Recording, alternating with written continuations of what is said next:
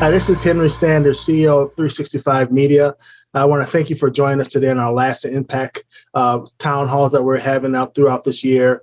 And we want to start off our first one. We want to really start with that Fox Valley area. And I know the people in that area, when I say Fox Valley, they think I'm leaving Green Bay. I am not. From my layman words perspective, I see Fox Valley from Green Bay all the way down to Fond du Lac, probably is our area. So that's how we see it. And I want to thank all the panelists and people who joined us on this wonderful conversation and rich conversation. Thank you for watching.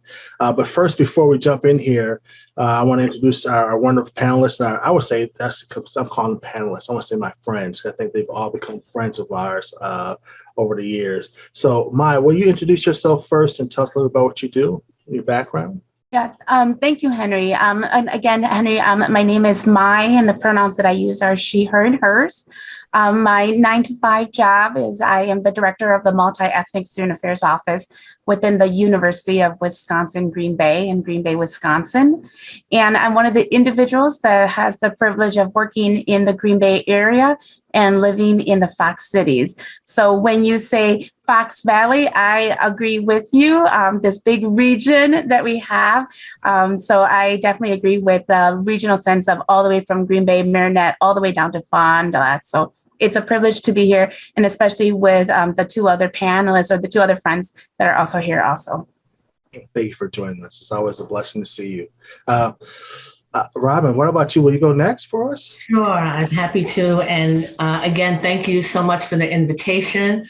My name is Robin Davis, and I am president and CEO of Brown County United Way in Green Bay. And I'm about to celebrate my 5-year anniversary, which will be next week. It's flown by, even within the context of these last 2 years. So looking forward to this conversation and being here amongst friends. Thank you. Congratulations, 5 years. That's gone fast, super fast. Yeah, it has. Wow. Well, thank you for joining us. Chairman Hill, my good friend up there, tell us about yourself and what's going on with you. Yeah, Suguli Sogwake, greetings everyone. Dehasi Dazi Hill, chairman for Oneida Nation. I guess general responsibilities is everything and be everywhere.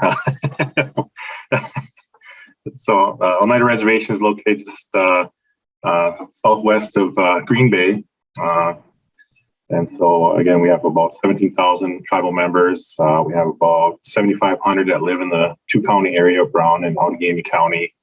And we provide general government services to our membership and community, and have annual economic impact of approximately $750 million annually. So we do a lot, and we employ a lot of people, and we provide a lot of services, everything from education,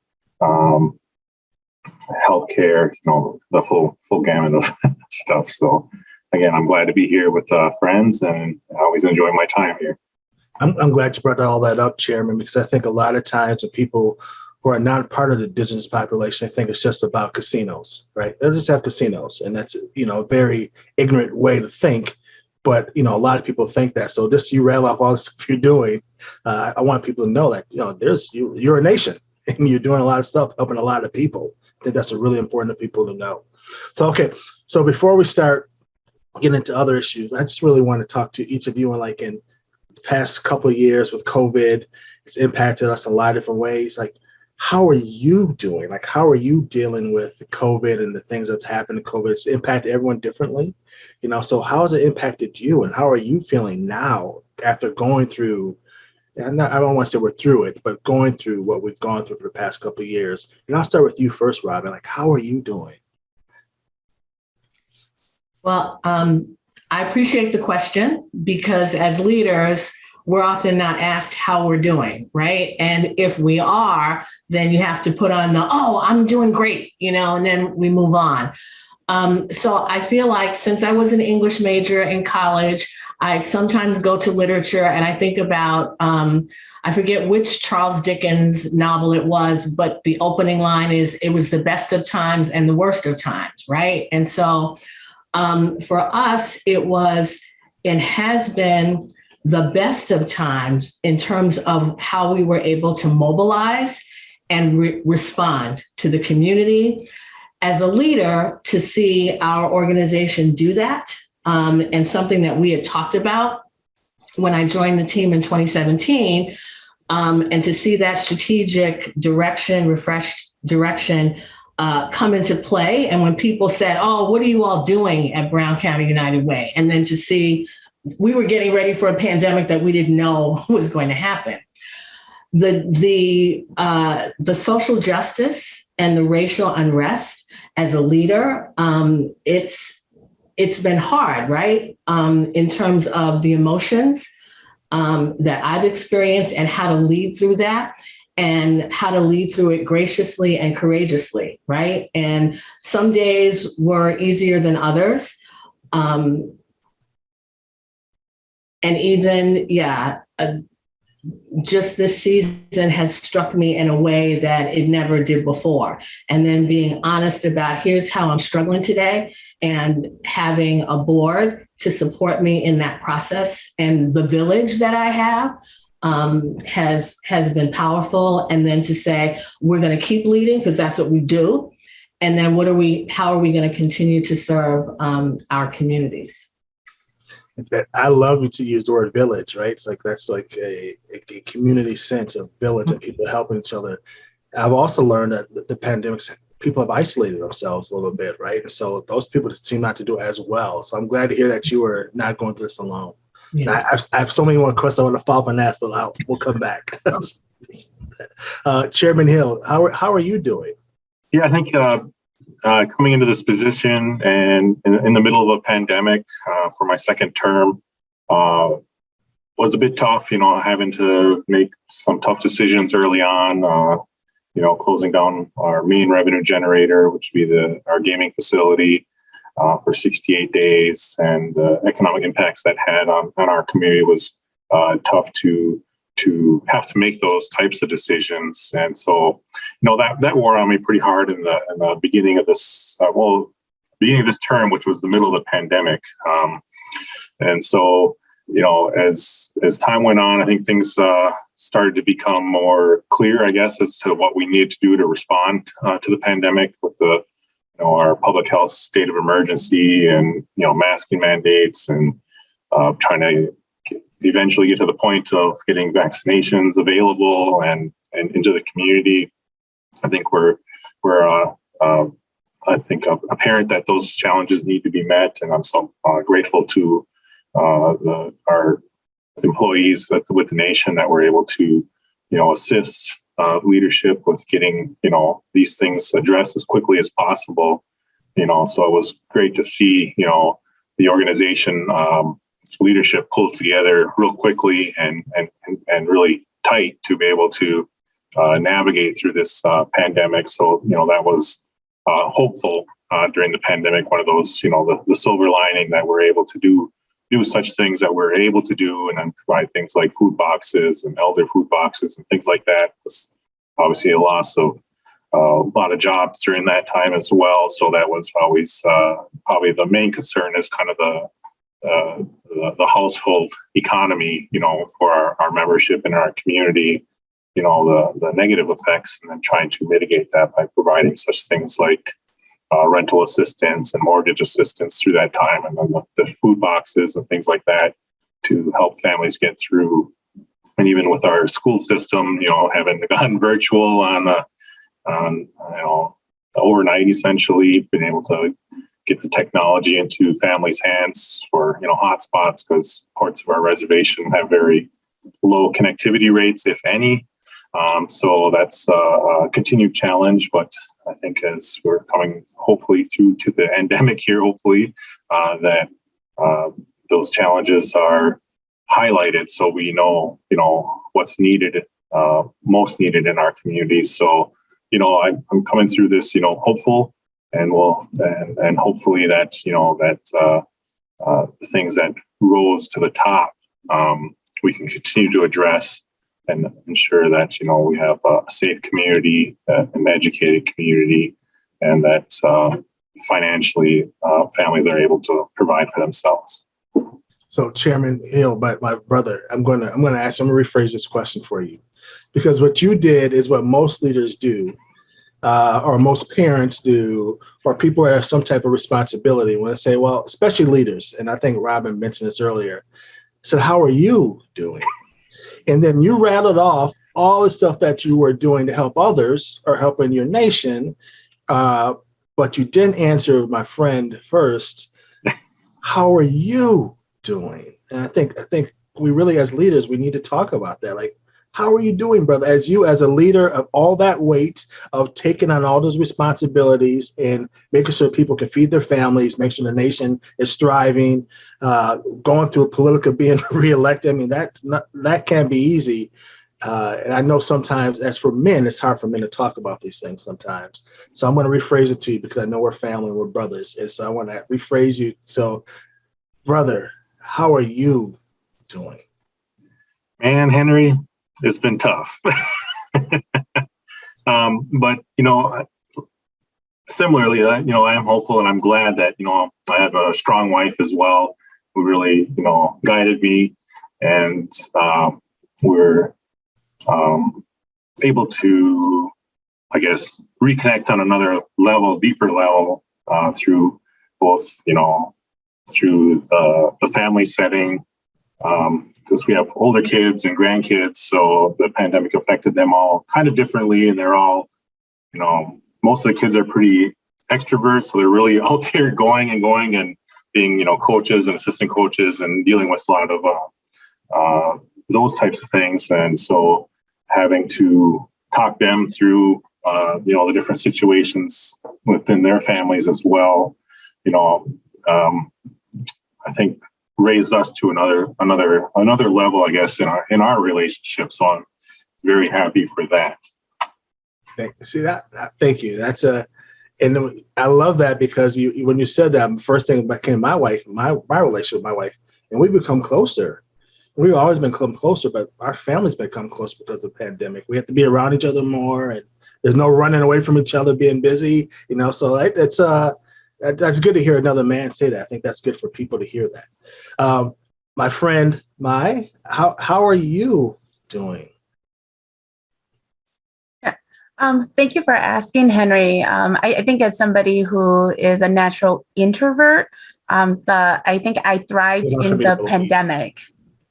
That's so hard for me to believe that you're an introvert. Yeah. I just don't see that. I am a natural introvert with strong extrovert skills when needed, but naturally, as an introvert. But the pandemic for me personally and professionally, not only was, unexpectedly welcomed, but it was an opportunity to mental health wise thrive, because it enabled myself to prioritize what my values were and what I considered and what my family considered to be high priorities. So I think of all things, me as a leader, me as a person, I was able to learn from the pandemic on what I was willing to literally die for. Like what am I going to go out there? What am I literally going to be, dying for? And it just kind of really helped myself prioritize what was important to me, and my ability to say yes and my ability to say no, and also who had high value in my life. Oh, that's interesting. Saying no, that's always hard to say no to things, right? Especially if people are always trying to ask you to be a part of things. I know all of you are people. I know everyone knows you up there, and everyone wants you to probably be a part of everything. Saying no. So a question I have is for all of you is, and because each of you have a community, but there's communities within communities, right? And so how has this impacted your communities, the pandemic over the past 2 years? Like, how has it impacted the community that you actually are involved in? Like, how has it impacted that and what you do? I'm going to start with you, Chairman Hill. Yeah, thanks for the question. I guess broadly, I think I'd probably just start with the youth. Obviously, the educational impacts of being virtual for essentially a year, and then with us, a lot of our facilities being shut down, like the fitness center and recreation centers. So those have yet to be seen impacts, of youth being being able to be active and engage with other children, of their age and things like that. So we don't know what those lasting impacts will be of that isolation on young people. So that's one thing. And then another, I think, sad part is obviously the loss of life, whether it's COVID or other causes. Early on in the pandemic with, not having necessarily the usual funeral services and wakes and things like that was very hard on families and the community. And I think, and then also, with the loss of so many jobs in the region, I think we're still feeling that impact as well. Even though there's a lot of vacancies, I think, up in this region and probably across the country still, just the fact of not being able to hire positions for within the organization is an odd spot to be in, as well as a kind of a lasting impact from the pandemic. And then even like today's chat we're having here today, the immediate adoption of virtual meetings, going from in-person meetings and conferences, was difficult for some and welcomed by others. And so we're still having that, argument amongst ourselves of should we stay virtual for things or hybrid meetings? And so, currently our business committee runs a hybrid meeting where we're, generally we're in person, but our guests are able to be called in for their reports and whatnot via Teams meetings. So there's definitely been some efficiencies created with technology and being able to get those types of technologies adopted forcefully. But it's I think it's a good thing in the end. So again, I just try to make sure we're hopeful and try to make sure we're seeing the silver lining in such horrific events such as this pandemic. I'm curious, do you think more people watch or pay attention to being virtual? Like if you did a virtual event or something versus in person, do you think did that impact you at all as far as people's eyes watching what you do? Yeah, I think especially for like our subcommittee meetings, we have like a community development planning committee where that's fully virtual still. So that's where obviously we talk about infrastructure and buildings and things like that. So we get greater participation that way of people, just being able to email and request a link to, view or participate and be able to, obviously raise their hand and ask questions on whatever projects we're discussing. And it creates that efficiency as well of not having to pull, top management from different offices on the reservation to come and meet in person and then have to drive back to their offices for, an hour meeting. So that creates that efficiency. So I think we're glad to be able to have that option now. That's great. Yeah, it'll be interesting how this virtual versus non-virtual world plays out in the future. So that that's too could be continued for everyone, I think. But so how about you? How has pandemic past years impacted your community? And when you say community, I think for all of us who identify as BIPOC individuals, I think there's so many subcommittees in that. So I'm going to speak from the lens as a Hmong individual coming from a collective community. I think about how this has impacted my Hmong community because it's very vulnerable within predominantly white space. And I think about that kind of like how good intentions do nothing without intentional actions, and what I mean by that is like, we understand the importance of representation, but I think the pandemic magnified what happens when there's not authentic representation at the table. So, for example, working or getting the vaccines and the boosters to my Hmong community, things were translated but put on social media, but that's not where my community gets their information.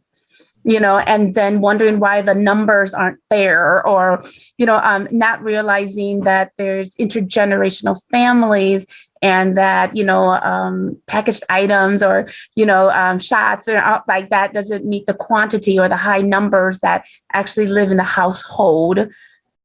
So I think within my community, it was really getting, again, the disparity of those who can successfully navigate within an English-speaking Western society, or, infrastructure, and then having access, but then realizing that there was part of your community that couldn't navigate, didn't have access, didn't have internet, who was not getting that information. And then our dominant culture, not understanding like the historical knowledge of health disparities, or having to educate on the fear of kind of, what it is when somebody who doesn't look like you giving you shots, or even gender dynamics. So I think for me, that's how it's impacted my community, and me being kind of the, me having to be the liaison of saying, it has to be hosted by the community to serve the community. So I think for me, that's how it's impacted, particularly my community that identifies as Hmong. First, I always shocked when people don't understand the big Hmong population that we have in Wisconsin. I was like, we have the third highest Hmong population in the country. So it always shocks when people don't understand that. But I'm curious, Mai, when you have these conversations with people, were they open-minded, or were they offended when you said, hey, look, the messenger matters and how you do it matters, like be authentic, but the messenger matters? Have people be offended? Because I've ran into something. Oh, like, what do you mean we can't do that? Like, and they feel like slighted. It's a constant, because again, when you're bringing that, you're really explaining that your good intentions don't matter without intentional actions, and I think that's always, again, people don't take it professionally. They take it very personally, but I want to do good, and you're telling me that I'm not, and so, yes, I mean, there's been really hard conversations on saying, if the intentionality is to serve this population, you're doing it wrong. And as someone who identifies with that population, I'm going to tell you why. And I'm going to tell you why you also don't know, because when you're making these decisions, nobody who looks like me is at the beginning point of those decisions.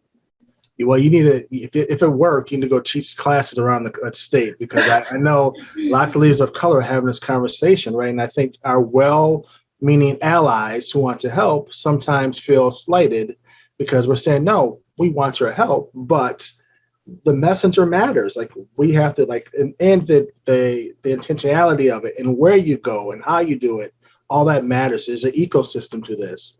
So I think that's important. So you should take that on the road, Mai. That's a train. I'll take it on the virtual road. No, but yeah, if that's something that they can take back, I mean, I think that's one of the things that I've really learned. And again, this is the same within my Spanish speaking population. This is the same with my Black community, with my Indigenous population. It really is not only message and intent, but it's also messaging and who's giving that. The only thing that I've been able to tell allies is your good intentions, they really do nothing without intentional actions, which means who's really at the table, who's really planning this, and then also who's visibly there to really get the type of success and the type of numbers that we would want, particularly with this pandemic. Thank you for this. And this brings up so many other questions I want to ask, but I want to make sure I get to Robin. What about you, and how has this impacted your community? So when you, to Mai's point, I think about how many different communities I'm a part of, right? And initially, and immediately, I should say, when you asked the question, I thought about the United Way community and the organization that I lead.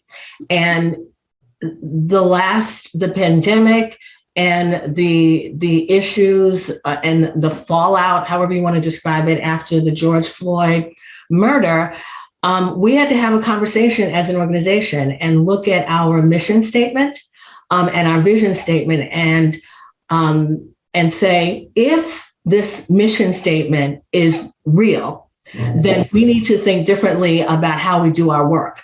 And we also need to encourage and challenge our colleagues in the nonprofit space as far as how we do our work. So when we say we're here to strengthen every person in every community, it means every, right? And that means when we start looking at the data around the disparities that African-American families, Latino families, Asian families, Native families are facing, then we need to face up to it and then have the hard discussion, even though it might make us squirm and feel uncomfortable. And that's not necessarily the easy spot for the person of color to share that message, right? Because then you hear, well, Robin, we have you and we're good. And I'm like, okay, we're not actually that good. Like the fact that we made that statement could be problematic, right? And so embedding having the difficult conversation and saying, we need to embed these values throughout our organization, right? And, I mean, this touches on to some of the other questions that you have later, but the intentional actions, right? This is what we meant. We weren't talking about diversity, equity, and inclusion and belonging when we crafted that statement. Nobody was really thinking about that. But fast forward, we're here now. So now we need to have the conversation. And as a leader, if I'm to continue to feel empowered, encouraged, supported as the leader, then this conversation is necessary. Throughout our organization, from governance to everybody that works here.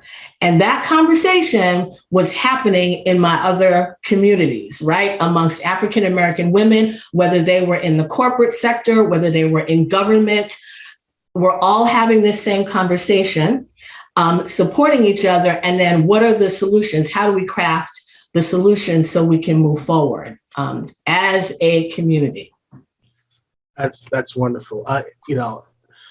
You've said so much there, and I want to come to it because you said something about women. So we have a question about women I want to come back to. But I do, this is a question we didn't talk about beforehand, but I'm just listening to you all, and it just begs to be asked.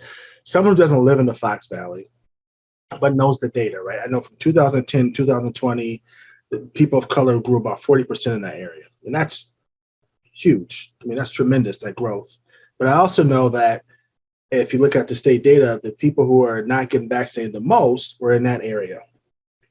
But we also know that COVID impacted people of color at a high rate, right? So how as leaders in that area did you balance that world of being in a world of leading, being a person of color who's leading, but also being an area that, that the culture up there wasn't about necessarily, and this, I'm not saying everyone, right? I'm just saying the data, like they weren't people weren't getting vaccinated up there as much as they were in Dane County, for example.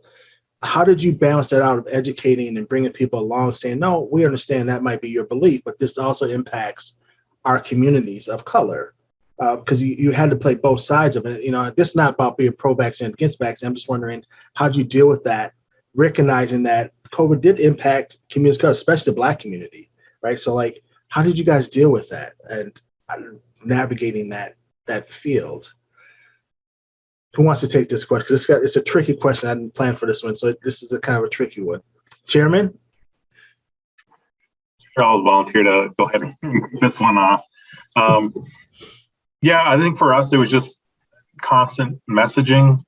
Again, I think I know I was out there quite a bit, with communications, whether that be in collaboration with the county and other public health officer and offices, trying to make sure that I guess people of color are represented in their commercials and things of that as well. So I'm very thankful that, they did think of us when they were doing their media campaigns for our participation and input in those messaging as well, for trying to encourage people and families to be vaccinated. With our membership, we're at like almost 62.5% vaccinated. And that's our entire membership, not just in the state, but, across the world, that we're able to measure anyway. So, I think there really was a lot of policy and economics as well of trying to get people to be vaccinated. Obviously, historically, the Native American community hasn't been treated all that well when it comes to health disparities. We have some of the largest health disparities in the country as well, and so there is that hesitancy of one believing in that the vaccination is a good thing. So we have a history of getting subpar treatment and subpar medications and things like that through the federal government. So there's that historical hesitancy as well that we're trying to overcome, which was a big hurdle for us. And one of my friends said, "Well, everybody's getting this vaccine. We're not getting a different vaccine. So if they're giving it to the white community, it should be safe for us too." So trying to kind of share that message that we're not getting something different than everybody else. Obviously, with as we talk about other issues, like the boarding school era and the amount of children that were passed away in those settings, again, from subpar health and treatment and abuse. So there's not very strong faith in the federal government when it comes to that type of stuff. So that's something that we were against the grain on as a government, tribal government, trying to overcome that probably single largest hurdle for our population. And so, that was rather difficult to deal with. But again, I think it was really just trying to make sure that individuals were sharing their stories of getting vaccinated and trying to get that on social media and into our tribal newspaper and things like that. People sharing their stories and their very little side effects and things like that as a means to try to again get people to get vaccinated to protect those who couldn't be vaccinated, whether it's at the time that the young people weren't necessarily cleared to be vaccinated. So I think it's just trying to share that scientific data with the community to again try to help them make a healthy decision. Do one of you two want to join us? And again, your comments made me think about this question, so that's why I brought it up. Yeah, Henry, I can share from the university level when it was early with the vaccines. I know that a lot of our young people were very excited to come back in person because we had vaccine clinics. Because when they were living with their parents wouldn't take them. So it might have been composing attitudes or opposing views on the vaccination. So I know that a lot of our young people shared that they've been wanting to, but either parental permission or access wouldn't allow them to until they got onto our campus, which had the vaccination clinics. And then for some of our students who live in very rural, remote areas, at the start of it, people weren't serving them in the rural areas. So until they came to our campus, until they came to college is when they would have access to it. So I know that was early when it was getting phased, when the vaccine was there.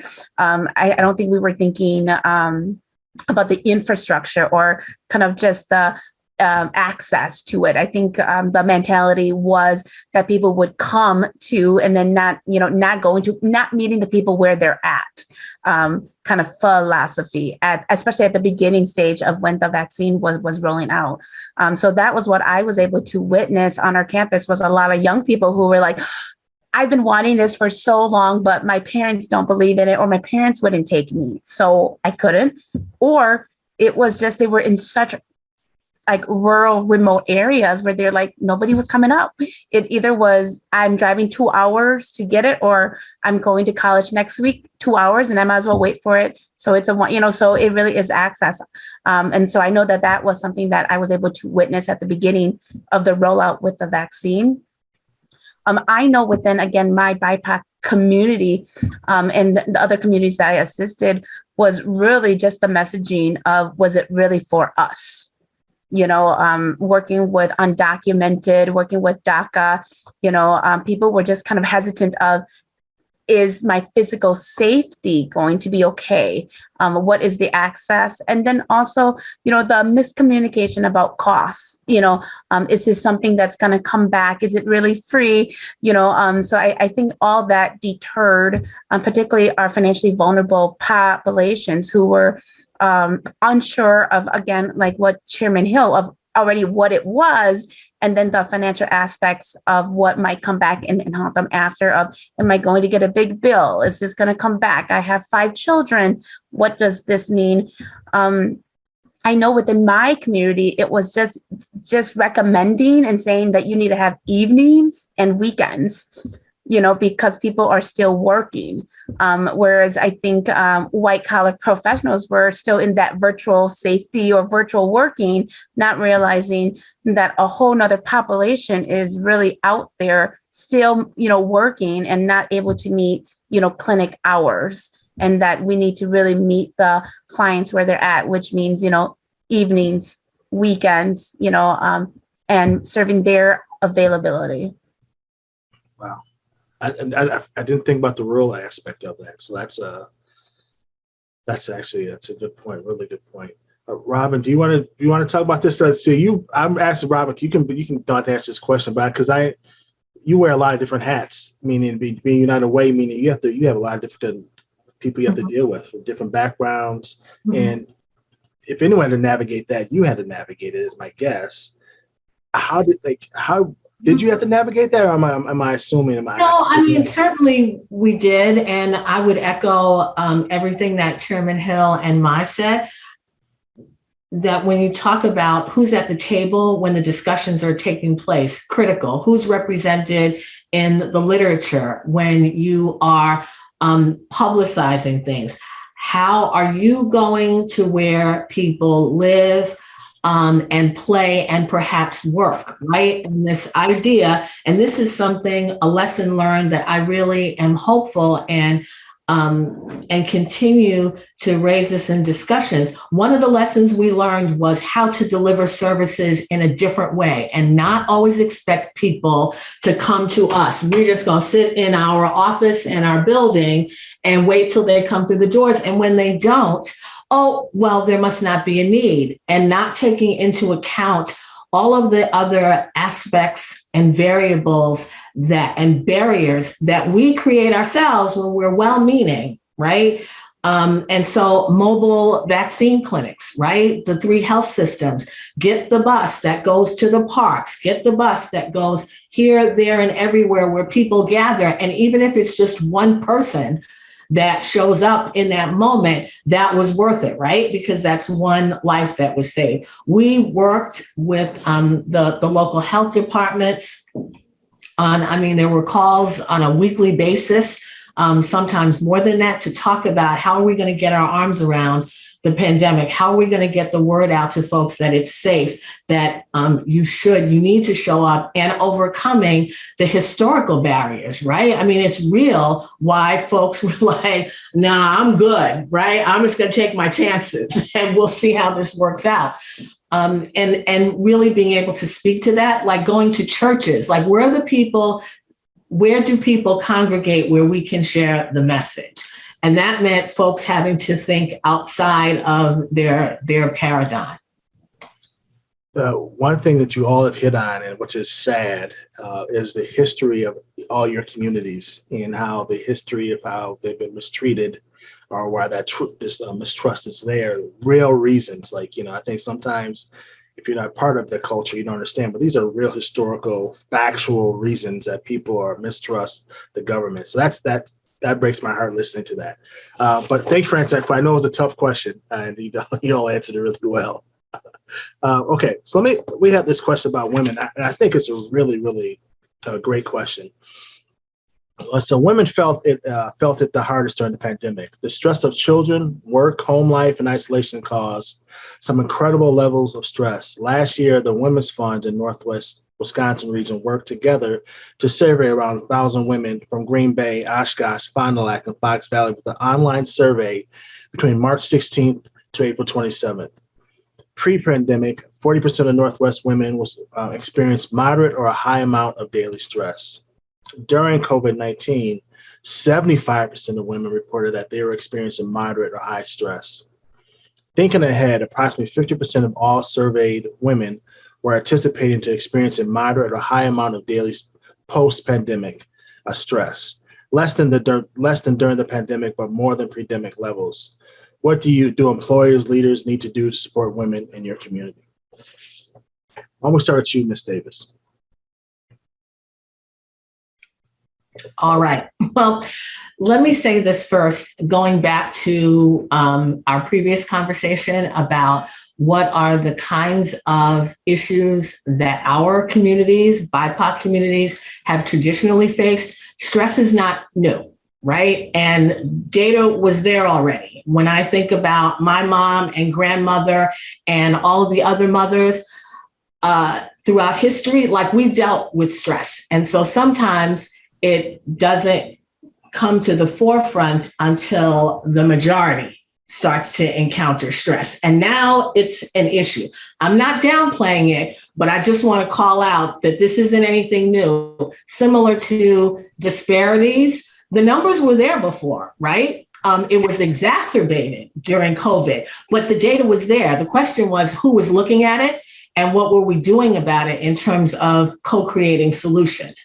So now that I'm off that soapbox, I think that with mental well-being, we have to destigmatize, right? And have the conversations, have the open conversations. And when people say, how are you? That we're really listening, right? And with an ear towards what are we going to do next? How are we going to support you? Does that mean a flexible work environment? And taking into account that women are often the primary caregivers, not only for children, but also for now aging parents. So what kind of support do we provide with respect to childcare, with respect to schedules?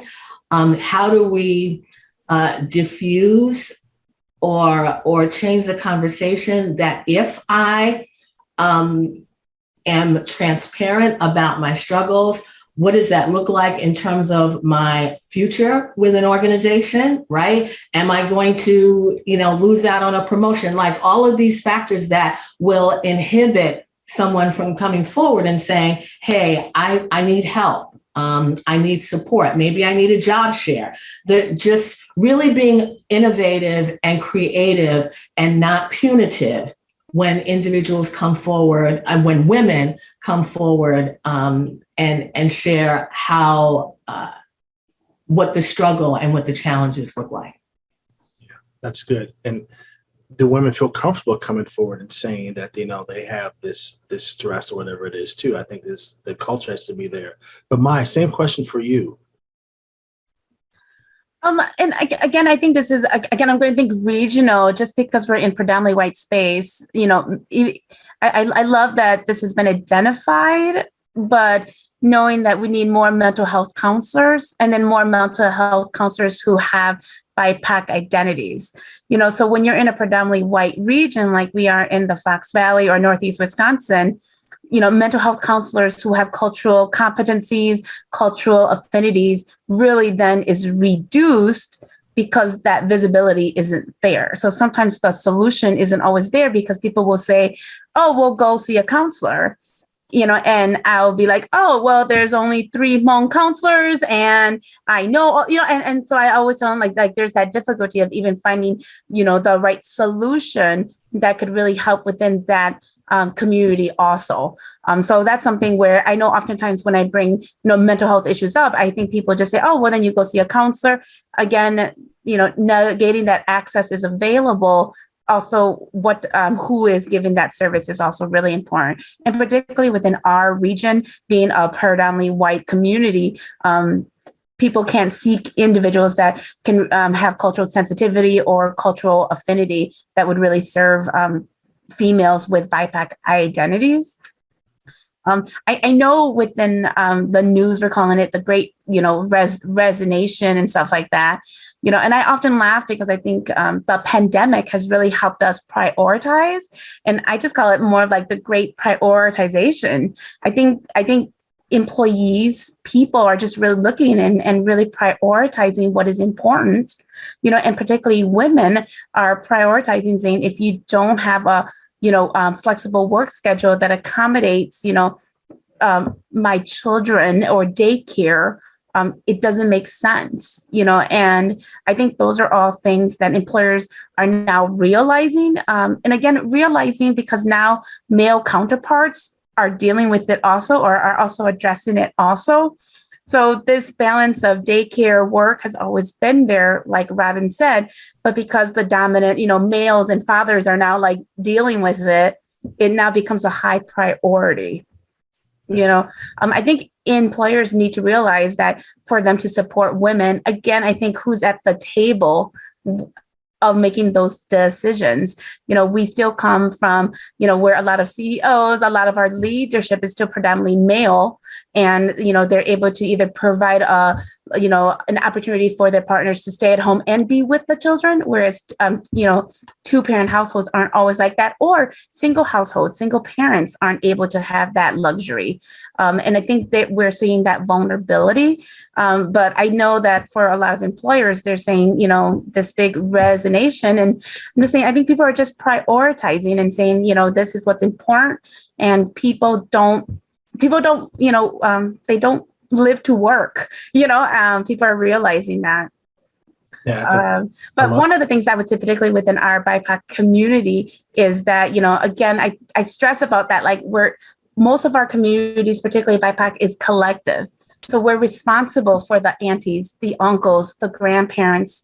It's not that nuclear Western concept of my immediate family. We really take that family structure and how it translates into first cousins, multiple cousins, aunties, all of this. There is such that sense of responsibility as caretakers that often is not seen or not validated by those who are making decisions about work schedule, work flexibility. This is such a great conversation, and the education of the culturally relevant kind of stuff that you're saying is just amazing. I'm enjoying this so much. Chairman, do you want to jump in on this too? About here's the interesting part for me. Most of the people interaction I have from the Native American community are women.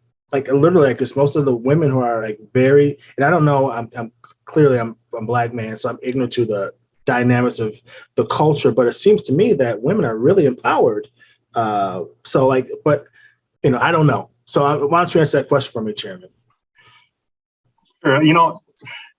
I guess I'll just share from observation.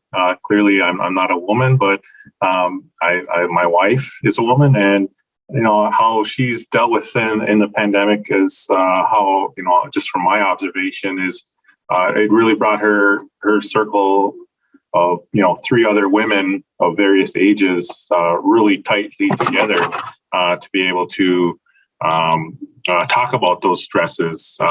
They were good friends before, but now they're like sisters, and so her reliance on her girlfriends and our culture, I think, has really been what was also able to help prop her up when things got tough, or kids got into trouble, whatever it might be, that her daily stresses or work,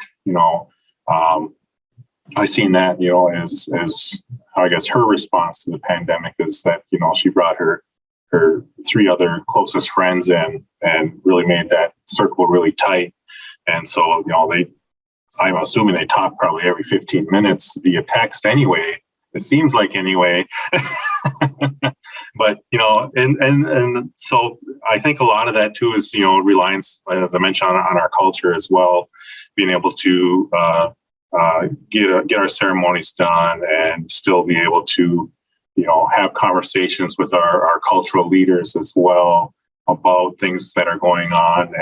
And I think as mentioned before about, even having therapists and psychologists available, that look like us is a challenge. But I think as we continue to strive to be healthier human beings individually, we all learn at different paces and have experienced different things, and having that tight circle of friends to either share or learn from, I think was a major, I guess, silver lining in this particular situation too for, my wife. And so that's just what, I've been able to observe. So I just, share about that much. Thank you. Community, community, community, community, community. That's what all you're saying in different ways. Community, community, community. Okay, so two more questions. I'm gonna let you go because this has been a wonderful conversation. I could do this all day because I'm actually learning. Okay, so now put yourself where you are now today, and if you could go back 2 years, 3 years when the pandemic was about to hit as a leader, then what would you tell yourself, knowing everything that you've gone through now? What would Robin go tell her 2 years ago self? What would you tell yourself 2 years ago? Chairman Hill, what would you say 2 years ago? Knowing everything that you've learned now through the pandemic as a leader, what would you go back and tell yourself? Like, here are the things you should know. Like, here are the things that you've learned through this pandemic. Let me start with you, Maya, on that one. And again, the question is, if I could go back to myself 2 years before the pandemic, what would I tell myself? Right now, today, you go back, everything you've learned, you go back 2 years. What would you tell yourself? And again, I've been very fortunate, and you guys know about some of the medical health life crisis that, and that has always prioritized myself. I think one of the things that I wish I would have done sooner, was I wish I would have accepted sooner some of the offers to be visible for my BIPOC community. I think not saying yes or not inquiring soon enough really delayed some access, or maybe not even myself, but implementing or suggesting or getting other people involved. I think not discouraged, but delayed, and so I think that's one of the one. And then also one of the ones was just kind of like to really continue with my mental health. I think that's something that has always within, if you talk to my partner, you talk to our 9-year-old daughter, that's something that our family is very conscientious about, particularly with all the anti-Asian hate that was going on, communication. So that was something that our family has always been really strong about, and really making sure that we normalize that it was okay if you were sad or that you were mad, and that you didn't always have to be quote unquote, happy or accommodating, especially knowing like our Asian stereotype that is perceived within the dominant. So we were, and so I think one of the things that I would have, been able to encourage or to say, or to tell myself 2 years ago was to sustain with the mental health journey.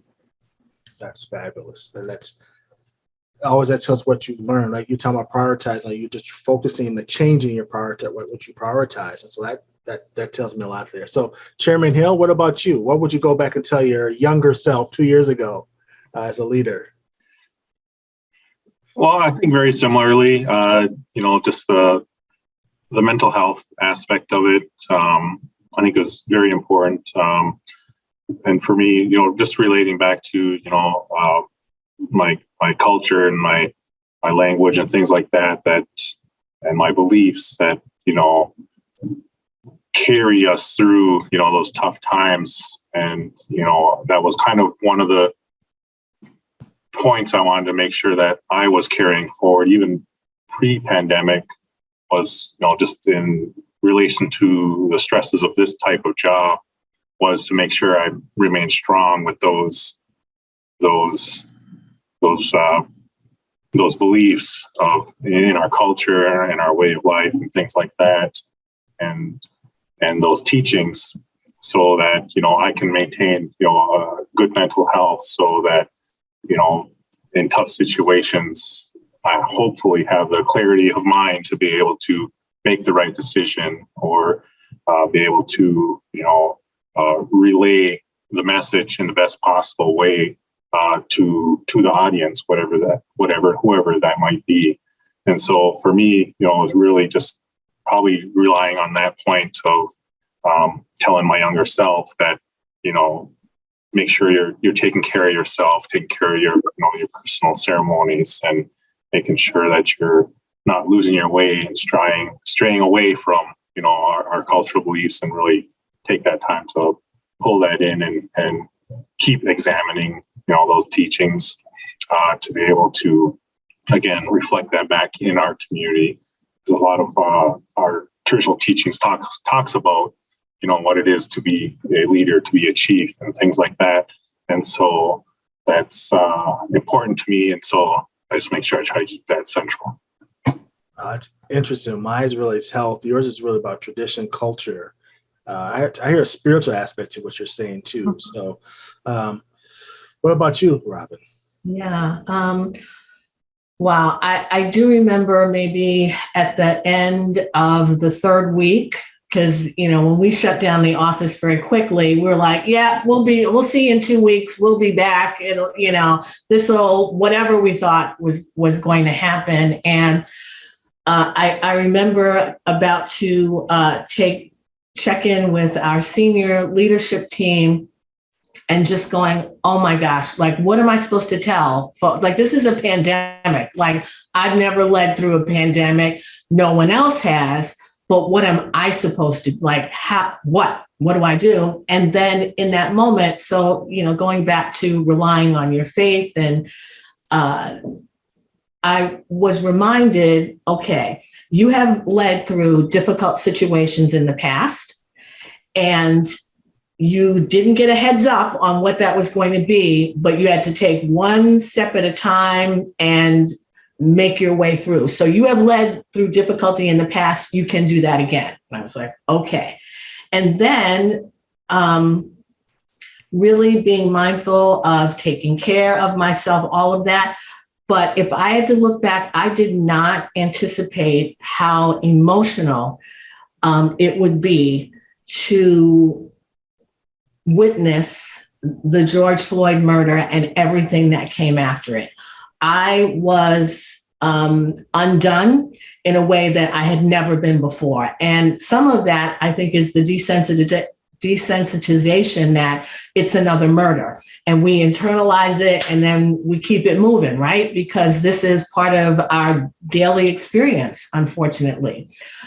In that moment, though, it was like, wait, the emotions, and some people asking how I felt, and then realizing, oh my gosh, how much had been internalized over the years, right? That and how many things, I had encountered recently. And then, so if I had known then, like, this is what you should be prepared for, and how to navigate through that. And then how to turn that into a voice, so that when we're coming into the room and people, oh, Robin, tell us why you're here. I'm here because I want to make sure that there's a table for the people coming behind me, just being much more vocal, and also and advocating, not just for other people, but also for myself. Like, I'm not going to deal with this anymore. Now I'm going to find a nice way to talk about it and build a bridge. But we're not, this isn't okay. And I need to share with you why. And now how do we move forward? What's unique about this question and how you'll answer this, some people would say, oh, I wish I would have saved more money, or I would have, like that. None of you hitting none of those material type of things. It was all more mental health, spiritual, my identity, my emotions, what I was feeling, or I should have been advocated more. Like I'm hearing all those things, and that's unique, right? I mean, I don't want to say it's just a person of color thing, but it might be, right? Like, it's like you're all talking about things about identity, health, spirituality, and that's not about saving money, or what I mean. So that's powerful within itself. Maya, you going to say something? Yeah, I was just going to say, I don't know if it's so much about, and I noticed that none of us mentioned like material items, finance, yeah. And I'm not sure if that was what the pandemic prioritized for us, on saying, and so I keep thinking about my young 9-year-old daughter, and during the pandemic, we had her once a day write what she was grateful for. Oh. What she was blessed to have. And none of it was money. It was, I was so blessed to see my auntie today. I've not seen her in 300, and so I kept on thinking, gratitude is something that I would have also told myself 2 years ago, is to have that sense of gratitude and, blessedness of knowing opportunity, health, all of that stuff that, is coming in the next 2 years. Which leads to my last question. Perfect segue to the last question. So COVID has happened. There's some things that have changed for the better. As I think Robin mentioned earlier, that access, we figured out people just can't come to us. We have to go to them. Some things probably didn't work out for the best. Like, so for people listening, what would you say moving forward that we learned from COVID that we changed for the better to change systems? And what things we leave behind that didn't work well? Like, what are those two things that you think you would answer? And I will start with you, Robin, on this one. I'm sorry. Did you want me to start somewhere else? No, I don't want to get in trouble. Should I start somewhere else? No. That's fine. Wow. One of the phrases that I know that we've all heard is, "Oh, I'm so glad that we're finally getting back to normal." And so recently I have, depending on the environment, have really been challenging folks. So what do you mean by that? Because I agree that we're now in a space where we can gather together safely. We have some protocols. We don't have to wear a mask all the time. So I get that kind of freedom. At the same time, though, what does normal mean? Because if we go back to your question 2 years ago, it wasn't that great for a lot of people in our communities. And if you're saying that we need to return to that, I'm challenging you on that, because we shouldn't be satisfied that the disparities were off the charts for people in our community. And we should not, and we don't want to come back to it. So is that the normal that you want to go back to? Because that's not okay. And, and I said, within the context, because I know sometimes, hey, we're just trying to gather together and like socialize. We're not trying to get deep. But I mean it, because I think that what happens often, we're faced with a crisis. It's a human response. And boy, as soon as the crisis is over, we just want to move on and pretend it didn't happen. And if we keep doing that, then these issues continue to surface and that we never solve them. So, or we don't get after it. One of the other things that's my major thought on that. Let's think about, what are we returning to? We shouldn't want to return to normal in every aspect of our lives. And what are we going to do to make sure that we don't, for the betterment and the elevation of our entire community? Thank you for that. That's that. Not to return back to normal. What is normal, right? So, Chairman Hill, same question to you. Yeah, I think, similarly, I think for us, it's just been kind of a continuous improvement process. Obviously, we don't want to go back to where we were, 2 years ago either. But how can we do things better? And as we evaluate our programs and services to our tribal members and to our community, what's working, what hasn't, what's effective, and what is meaningful, I think has been a lot of the questions we've been trying to get to over this last 2 years. What's making a meaningful difference to our tribal members and to our community, and so really trying to evaluate those, efficiencies in that service delivery or whatever it might be. And so I hope we continue with that as a continuous improvement effort to make things better, create more and better and stronger relationships with other aspects of the community, the larger community in Northeast Wisconsin. And again, I think we're just trying to make sure that we're telling our story, like today. We each have our own story, and we're different parts of organization, but we live here together in the Fox Valley, Northeast Wisconsin. And so being able to share that information, share our story, I think helps create better bonds to be able to move forward in our community, and creates those, lasting friendships and relationships to, again, work together. That's, always been a part of, our vision, is having a a safe and healthy environment, and then also a vibrant community to live, work, and play. So, that's something that, we strive to move forward with, all the time. And then, again, that's just that continuous improvement and continuous measurement and being able to evaluate the effectiveness of whatever it is we're doing and try to make it better and just being efficient. So I think that's my share today. Thank you. Thank you, Chairman. Thank you for that. Mai? I think for me, I hope that we can, I hope we realize that we can always prioritize people first. That was something that I noticed that with the pandemic from the education lens, so I'm going to bring up the example of like Wi-Fi. We always knew that our rural areas did not have dependable Wi-Fi, but before the pandemic, it was not a priority. And then all of a sudden, somehow, very quickly, it happened, and so I think that radical change tells me that if we had prioritized people, this is something that could have happened, and having the accountability for our local and state governance, I think that really is what I'm kind of taking from that. I think about the education. Again, I have a young child. And just to know that, all of a sudden breakfast and lunch is now taken care of for those who may not have that opportunity. Food shortage and hunger has always been an issue with our K through 12. But again, with the pandemic, all of a sudden it's magnified. And again, we are able to find funding to be able to feed everybody, knowing that there is food shortage now, or knowing that there is hunger issues within our young people, or knowing that, kids learn better on a full belly. And not having, but again, being able to find that money, being able to that.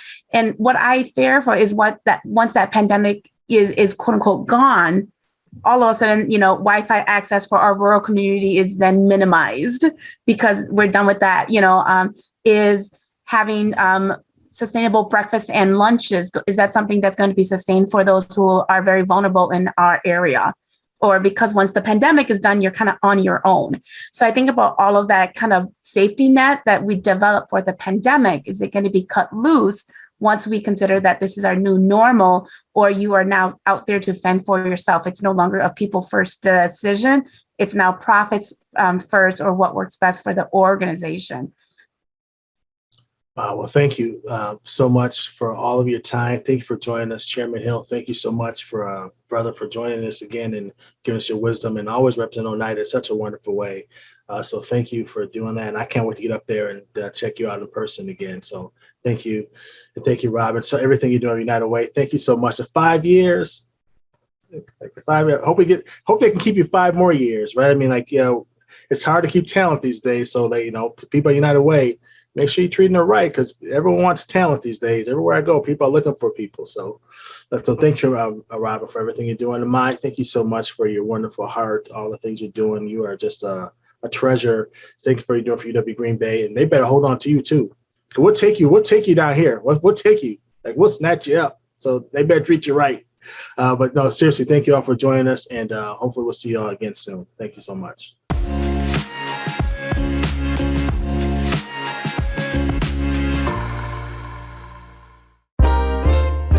This is 365 Media.